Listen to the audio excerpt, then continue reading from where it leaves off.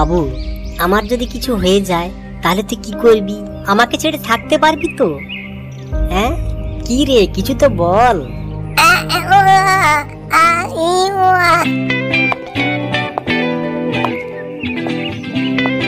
রামুদা, ও রামুদা, তুমি গাছের তলায় বসে কি করছো? কি ভাবনা করছো? তোমার কি হয়েছে? তোমার কি শরীর খারাপ? আরে বাবা, কি হয়েছে? না রে মদন, আমার কিছুই হয়নি।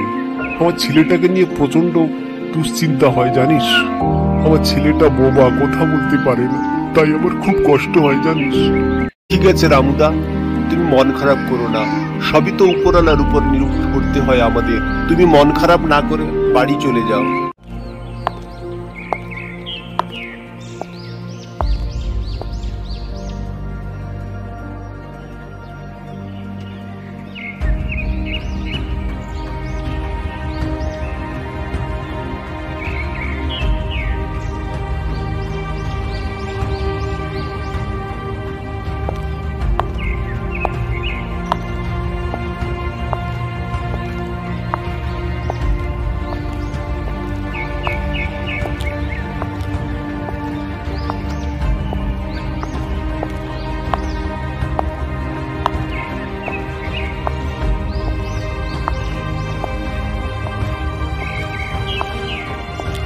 গিন্নি, ও গিন্নি, কোথায় গেলে? আরে বেরিয়ে এসো না। উফ, কোথায় যে গেল? হ্যাঁ গো, তোমার কি হয়েছে? তুমি এরকম ভাবে বসে পড়েছো কেন?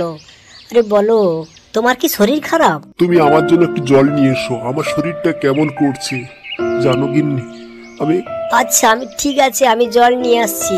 তুমি একটু উঠে বসো। তোমাকে বলেছিলাম এত রৌদ্র তো যেও না। তোমার কি হলো? তুমি শুয়ে পড়েছো কেন? জল নিয়ে এসেছি, নাও, জলটা খেয়ে নাও।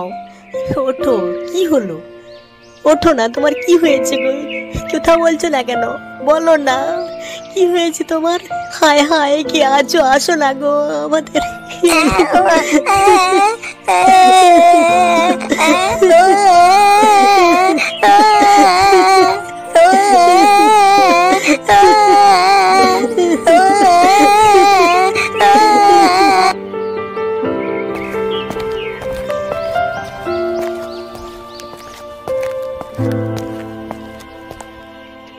মদন, লোকজন জোগাড় কর। সৎ কাজটা তো করতে হবে। বাইরের কিছু লোকজন আছে তো জোগাড় করে ফেল।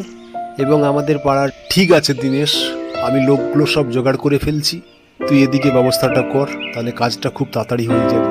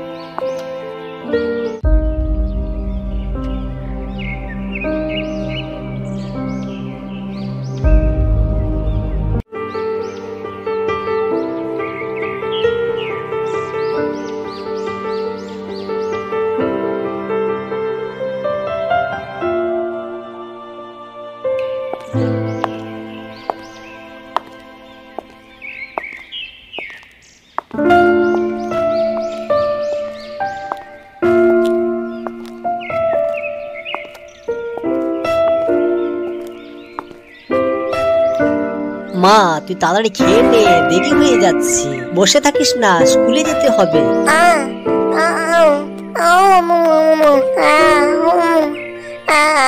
এই যা, কোথা থেকে চলে আসে খাওয়ার সময়।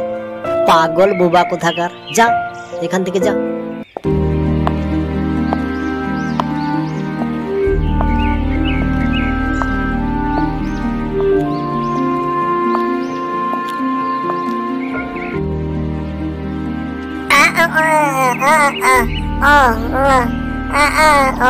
এই যা এখান থেকে, কিছুই নেই এখানে। কোথায় থেকে আসে এসব পাগল, এই বোবা, কে জানে।